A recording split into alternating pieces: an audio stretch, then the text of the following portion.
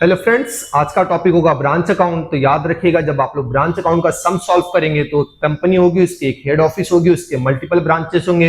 हर branch का जो information होता है हेड ऑफिस के पास होता है। तो याद रखिएगा, जब आप लोग ब्रांच अकाउंट बनाएंगे तो ब्रांच के दो साइड रहेंगे, ब्रांच अकाउंट का डेबिट साइड और ब्रांच अकाउंट का क्रेडिट साइड। अगर मैं ब्रांच की बात करता हूं तो ब्रांच के पास बहुत सारे एसेट होंगे, तो बहुत सारी लायबिलिटीज होगी। तो याद रखिएगा, ब्रांच के पास जितने भी ओपनिंग एसेट होंगे ब्रांच अपने डेबिट में लिखेगा under the head to balance brought down. तो कभी भी याद रखिएगा, एसेट का ओपनिंग बैलेंस ब्रांच के डेबिट में रहेगा, तो एसेट का क्लोजिंग बैलेंस ब्रांच अकाउंट के क्रेडिट साइड जाएगा under the head by balance carried down. अगर एसेट का ओपनिंग मैंने डेबिट में लिखा हो तो लायबिलिटी का ओपनिंग मैं क्रेडिट साइड लिखूंगा under the head by balance brought down, और लायबिलिटी का जो क्लोजिंग बैलेंस होएगा ये डेबिट साइड आएगा under the head to balance carried down. तो अगर आप लोगों का कॉन्सेप्ट क्लियर है तो कोई भी सम आ जाए एग्जाम में आप लोगों को कोई भी डिफिकल्टीज नहीं होगी। तो हम लोग सम स्टार्ट करते हैं। ये सम आप ही के टेक्स्ट बुक पेज नंबर 61 पे दिया हुआ है। पेज नंबर 61, सम नंबर 3।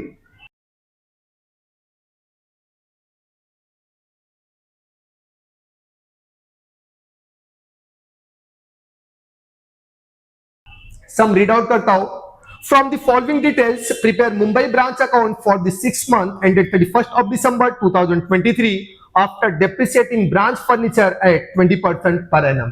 तो याद रखिएगा, आप लोगों को मुंबई ब्रांच अकाउंट बनाना, और याद रखिएगा ये ब्रांच अकाउंट सिर्फ और सिर्फ 6 महीने के लिए बन रहा है, और एग्जामिनर आप लोगों को एकदम क्लियरली बता रहा है कि आप लोगों को अपने एसेट फर्नीचर के ऊपर डेप्रिसिएशन चार्ज करना है, और रेट ऑफ डेप्रिसिएशन यहाँ पे दिया है 20% पर एनम। हम लोग आते हैं नंबर ऑफ आइटम को रीड आउट करते हैं। रीड आउट करने के बाद हम लोगों को अलोकेट करना पड़ेगा कि डेबिट साइड आएगा या क्रेडिट साइड आएगा। तो सबसे पहला दिया हुआ है ओपनिंग ब्रांच एसेट। एग्जामिनर एकदम ईमानदारी के साथ बता रहा है कि ये एसेट, ये ब्रांच का ओपनिंग एसेट है, और ब्रांच का अगर कोई भी ओपनिंग एसेट रहेगा तो हम लोग कहां लिखेंगे, ब्रांच अकाउंट के debit side under the head to balance brought down. तो उसको हम लोग डेबिट साइड रिकॉर्ड करेंगे। ओपनिंग ब्रांच लायबिलिटी, अगर मैंने एसेट को डेबिट में लिखा हो तो लायबिलिटी को कहां रिकॉर्ड करूंगा, ब्रांच अकाउंट के credit side under the head by balance brought down. उसके बाद दिया goods sent to the branch. Head office ने ब्रांच को गुड्स दिया है, अगर हेड ऑफिस ब्रांच को गुड्स देगा तो ब्रांच के पास गुड्स आएगा, और ब्रांच के पास अगर गुड्स आएगा तो ब्रांच अपने कौन सी साइड लिखेगा, डेबिट साइड। बाद में दिया petty cash sent to the branch. Head office ने एक्सपेंसेस पे करने के लिए ब्रांच को कैश दिया है, अगर हेड ऑफिस कैश देगा तो ब्रांच के पास कैश आएगा, या कैश जाएगा तो ब्रांच के पास कैश आएगा। अगर ब्रांच के पास कैश आएगा तो हम लोग ब्रांच अकाउंट के कौन सी साइड लिखेंगे, डेबिट साइड। बाद में दिया branch expenses paid by the head office. Branch अपना एक्सपेंसेस खुद पे करे या हेड ऑफिस पे करे, एट द एंड ब्रांच के पास से पैसा जाएगा। अगर ब्रांच के पास से पैसा जाएगा तो ब्रांच अपने कौन सी साइड लिखेगा, debit side. Remittance received from the branch, branch को remittance received from the branch. अब याद रखिएगा, ब्रांच ने जो भी इनकम जनरेट किया रहेगा, ब्रांच ने जो भी सेल्स करके पैसा कमाया रहेगा, वो किसको फॉरवर्ड करेगा, हेड ऑफिस को। अगर ब्रांच हेड ऑफिस को पैसा देगा तो याद रखिएगा ब्रांच के पास से पैसा जाएगा, अगर ब्रांच के पास से पैसा जाएगा तो हम लोग ब्रांच अकाउंट के कौन सी साइड लिखेंगे, क्रेडिट साइड। बाद में दिया क्लोजिंग ब्रांच एसेट। अगर ओपनिंग एसेट मैंने डेबिट में लिखा हो तो क्लोजिंग एसेट में कहां लिखूंगा, ब्रांच अकाउंट के credit side under the head by balance carried down. और बाद में दिया है क्लोजिंग ब्रांच लायबिलिटी, और ब्रांच की जो क्लोजिंग बैलेंस दिया रहेगा उसको हम लोग कहां रिकॉर्ड करेंगे, ब्रांच अकाउंट के डेबिट साइड। डायरेक्टली मैं सम स्टार्ट करता हूं। तो सबसे पहला ओपनिंग ब्रांच एसेट मैं ब्रांच अकाउंट के डेबिट में लिखूंगा under the head to balance brought down. तो सबसे पहला यहां पे दिया हुआ स्टॉक, स्टॉक का अमाउंट दिया 20,000 रुपीज। स्टॉक के साथ साथ दिया पेटी गैस, पेटी गैस दिया हुआ 6,000 रुपीज। बाद में दिया फर्नीचर, फर्नीचर का ओपनिंग अमाउंट है 26,000 रुपीज। बाद में दिया डेटर्स, डेटर्स का अमाउंट है 30,000 रुपीज। इन सबका अगर मैं टोटल लेता हूं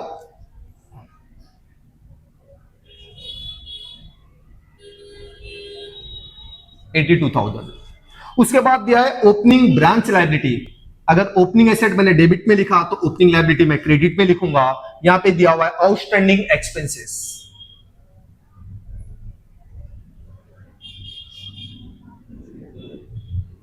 और आउटस्टैंडिंग एक्सपेंसेस का अमाउंट दिया 1,000 रुपीज। सिंगल आइटम है, मैं बाहर लिख रहा हूं आउटर कॉलम में।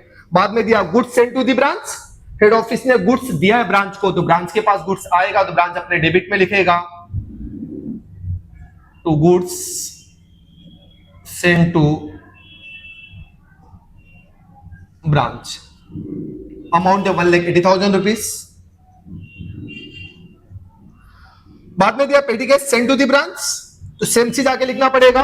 तो अगर हेड ऑफिस ने ब्रांच को कैश दिया तो ब्रांच के पास कैश आएगा, अगर ब्रांच के पास कैश आएगा तो ब्रांच अपने डेबिट में लिखेगा टू कैश और बैंक अकाउंट। अमाउंट दिया हुआ है 16,000 रुपीज, 16,000 रुपीज।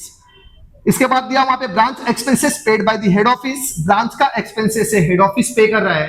अगर ब्रांच का एक्सपेंसेस ब्रांच पे करेगा, हेड ऑफिस पे करेगा, उसकी जनरल एंट्री आती branch account debit to cash और बैंक, तो ब्रांच अकाउंट के डेबिट में आके हम लोग लिखेंगे टू कैश और बैंक अकाउंट।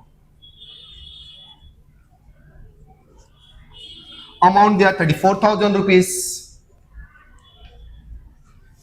नेक्स्ट आइटम दिया है remittance received from the branch. Head office बता रहा है कि ब्रांच से अपने को पैसा, ब्रांच अगर हेड ऑफिस को पैसा देगा तो सीधी सी बात है ब्रांच के पास से पैसा जाएगा। अगर ब्रांच के पास से पैसा जाएगा तो हम लोग ब्रांच अकाउंट के कौन सी साइड लिखेंगे, क्रेडिट साइड, तो लिखेंगे बाय कैश और बैंक अकाउंट। अमाउंट दिया 2,32,800। बाद में दिया वहां पे क्लोजिंग ब्रांच एसेट, अगर ओपनिंग को मैंने डेबिट में लिखा हो तो क्लोजिंग को मैं लिखूंगा क्रेडिट साइड। सेम अमाउंट आना, सेम आइटम को आके कॉपी कर देना। स्टॉक, पेटी गैस,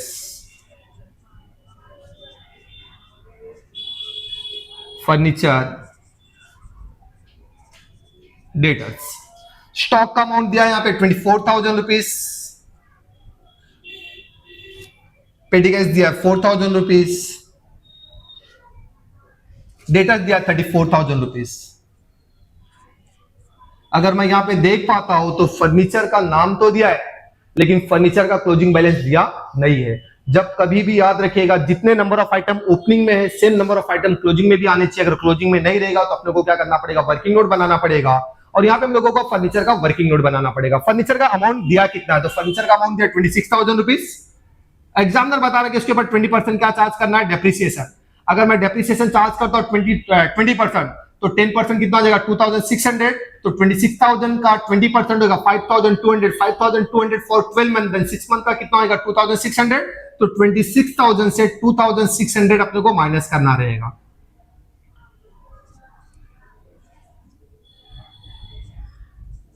तो ये जो 23,400 आएगी अपने लिए क्लोजिंग फर्नीचर बन जाएगा 23,400।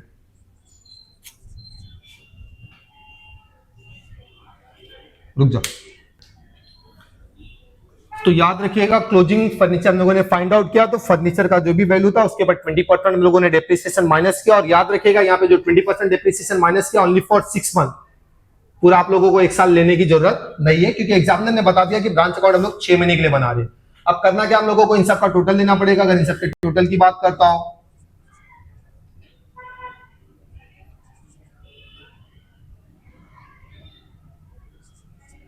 85,400 रुपीज। उसके बाद अगर मैं देख पाता हूं तो वहां पे दिया गया क्लोजिंग ब्रांच लायबिलिटी। अगर ओपनिंग लायबिलिटी मैंने क्रेडिट में लिखा हो तो क्लोजिंग लायबिलिटी मैं कहां लिखूंगा, क्रेडिट साइड, और क्रेडिट में आके लिखूंगा आउटस्टैंडिंग सैलरी।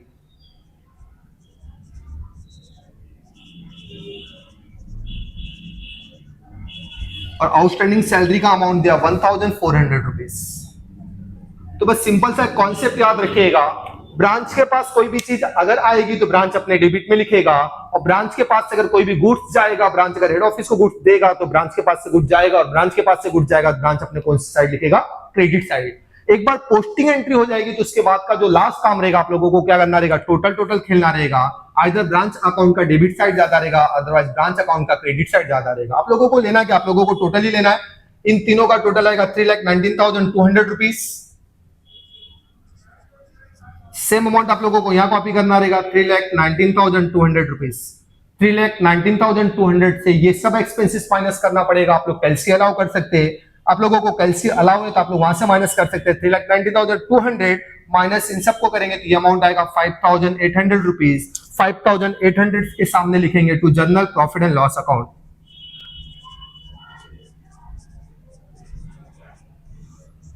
तो याद रखिएगा, मैं आप लोगों को बेसिक सम करा, basic sum in the sense कि आप लोगों को कॉन्सेप्ट क्लियर होना चाहिए। अगर आप लोगों का एक बार कॉन्सेप्ट क्लियर हो जाए, अब मैं आप लोगों को ये बोलता हूं कि ब्रांच अकाउंट का एग्जाम में कोई भी सम पूछे, कॉन्सेप्ट तो यही रहेगा ना कि ओपनिंग एसेट डेबिट में लिखना है, क्लोजिंग एसेट क्रेडिट में लिखना है, ओपनिंग लायबिलिटी क्रेडिट में लिखना है तो क्लोजिंग लायबिलिटी कहां लिखना है, क्रेडिट में। इसी के साथ साथ अगर ब्रांच के पास कोई गुड्स आएगा तो ब्रांच अपने डेबिट में लिखेगा, ब्रांच के पास से गुड्स जाएगा तो ब्रांच अपने कौन सी साइड लिखेगा, क्रेडिट साइड लिखेगा। तो आप लोगों का कॉन्सेप्ट क्लियर होना चाहिए।